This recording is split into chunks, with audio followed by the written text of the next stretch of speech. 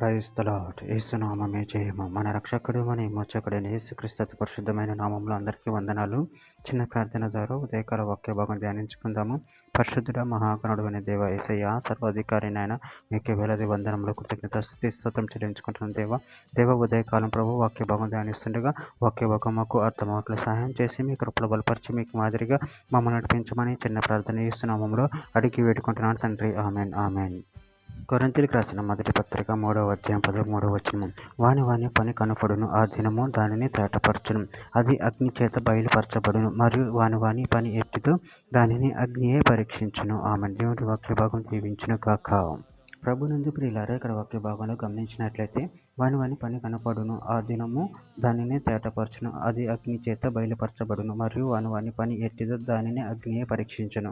అదేవిధంగా వాక్య భాగంలో గమనించినట్లయితే కొరింథీయులకు రాసిన మొదటి పత్రిక 4వ అధ్యాయం 5వ వచనంలో, కాబట్టి సమయం రాకమునుపు అనగా ప్రభు వచ్చే వరకు దీనిని కూర్చు తీర్పు తీర్చుకుడి, ఆయన అంధకార మందిర రహస్యములను వెలుగులోనికి తెచ్చి హృదయములలోని ఆలోచన బయలుపరచినప్పుడు ప్రతి వానికి తగిన మెప్పు దేవుని వలన కలుగును. మలాకి గ్రంథం 3వ అధ్యాయం 17వ వచనం. నేను నియమింపబోవు దినము రాగా వారు నా వారై నా స్వకీయ సంపాదమై ఉందురు. తండ్రి నన్ను సేవించి కుమారుని కనికరించినట్టు నేను వారిని కనికరించునని సైన్యములకు అధిపతి యెహోవా సెలవిచ్చుచున్నాడు. పేతురు రాసిన 2వ పత్రిక 3వ అధ్యాయం 10వ వచనం. అయితే ప్రభు దినము దొంగ వచ్చినట్లు వచ్చును. ఆ దినమున ఆకాశములు మహాధ్వనితో గతించిపోవును, పంచభూతములు మిక్కటమైన వేండ్రంతో లయమైపోవును, భూమియు దాని మీదనున్న కృత్యములను కాలిపోవును. యెషయా గ్రంథం 8వ అధ్యాయం 20వ వచనం. ధర్మశాస్త్రమును ప్రమాణ వాక్యమును విచారించుడి, ఈ వాక్య ప్రకారం వారు బోధించని ఎడల వారికి అరుణోదయము కలగదు. పేతురు రాసిన మొదటి పత్రిక 1వ అధ్యాయం 7వ వచనం. నశించిపోవు సువర్ణం అగ్ని పరీక్ష వలన శుద్ధపరచబడుచున్నది కదా, దానికంటే అమూల్యమైన మీ విశ్వాసం ఈ శోధన చేత పరీక్షకు నిలిచినదే.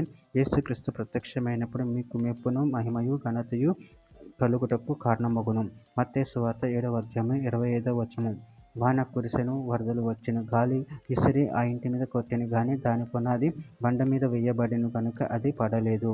చివరిగా ఒక మాట, మలాకి గ్రంథం 3వ అధ్యాయము 2వ వచనము. అయితే ఆయన వచ్చు దినమున ఎవరు సహింపగలరు, ఆయన అగ్గుపడక ఎవరు ఓర్వగలరు, ఆయన కంసాలి అగ్ని వంటి వాడు, చాకలి వాని సబ్బు వంటి వాడు. ఆమె దేవుడి వాక్య భాగం దీవించిన కాక చిన్న ప్రార్థన చేసుకుందాము. పరిశుద్ధుడ ప్రేమగల దేవ యేసయ్య, మీరు ఇచ్చిన వాక్యదానాన్ని బట్టి ప్రాముఖ్యతను చెల్లించుకుంటున్నాను తండ్రి. ఎవరు పని ఎట్టేదో మీరు అగ్ని చేత పరీక్షించి తెలుసుకుంటున్నారు, అందుని బట్టి ప్రాముఖ్యతను చెల్లించుకుంటూ మీ ప్రేమ కృప మమ్మల్ని బాగా స్థిరపరిచి మీకు మహిమకరంగా మమ్మల్ని వాడుకొని మీ చిత్తాన్ని మా జీవితంలో జరిగించమని చిన్న ప్రార్థన నామములో అడిగి వేడుకుంటున్నాను తండ్రి. Amen amen.